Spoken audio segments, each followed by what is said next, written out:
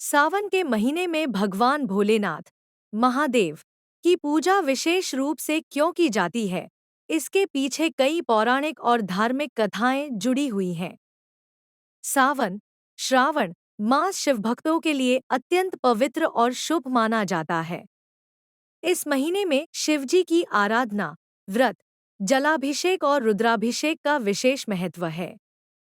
सावन महीने में भगवान शिव की पूजा का सबसे महत्वपूर्ण कारण है समुद्र मंथन के दौरान निकले विष को पीना।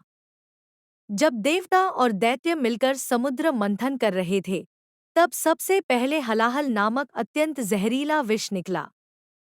यह विष इतना घातक था कि उसकी ज्वाला से तीनों लोक जलने लगे।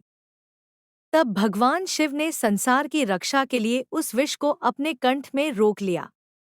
यह विष उनके गले में अटका रहा, जिससे उनका कंठ नीला हो गया, इसलिए उन्हें नीलकंठ कहा जाता है। यह घटना सावन मास में ही हुई थी। तभी से सावन में शिवजी को शीतल जल, बेलपत्र, दूध, दही, शहद आदि चढ़ाकर उनका शीतलीकरण किया जाता है।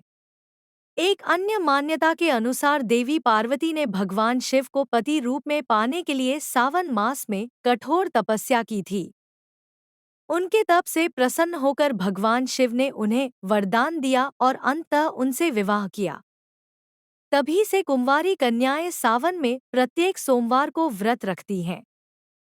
एक अन्य धार्मिक मान्यता के अनुसार सावन के महीने से ही भगवान विष्णु योग निद्रा में चले जाते हैं और सृष्टि का कार्यभार भगवान शिव संभालते हैं। इसलिए भी इस महीने में भगवान शिव की पूजा का विशेष महत्व बढ़ जाता है। हिंदू धर्मग्रंथों के अनुसार भगवान विष्णु आषाढ़ मास के शुक्ल पक्ष की एकादशी तिथि से अपनी योग निद्रा में चले जाते हैं। इस एकादशी को देवशयनी एकादशी कहा जाता है। यह योग निद्रा 4 महीने तक चलती है और कार्तिक मास के शुक्ल पक्ष की एकादशी, जिसे देवउठनी एकादशी या प्रबोधिनी एकादशी कहते हैं, पर भगवान विष्णु अपनी निद्रा से जागते हैं। इन 4 महीनों की अवधि को ही चातुर्मास कहा जाता है। यह माना जाता है कि जब भगवान विष्णु योग निद्रा में होते हैं, तो वे सृष्टि के संचालन का कार्यभार भगवान शिव को सौंप देते हैं। यही कारण है कि चातुर्मास का पहला महीना, यानी सावन, भगवान शिव की पूजा के लिए विशेष रूप से समर्पित होता है। इस दौरान भगवान शिव ब्रह्मांड का कार्यभार संभालते हैं और भक्तों की प्रार्थनाएं सुनते हैं। कुछ मान्यताओं के अनुसार चातुर्मास के दौरान पृथ्वी की उपजाऊ क्षमता कम हो जाती है।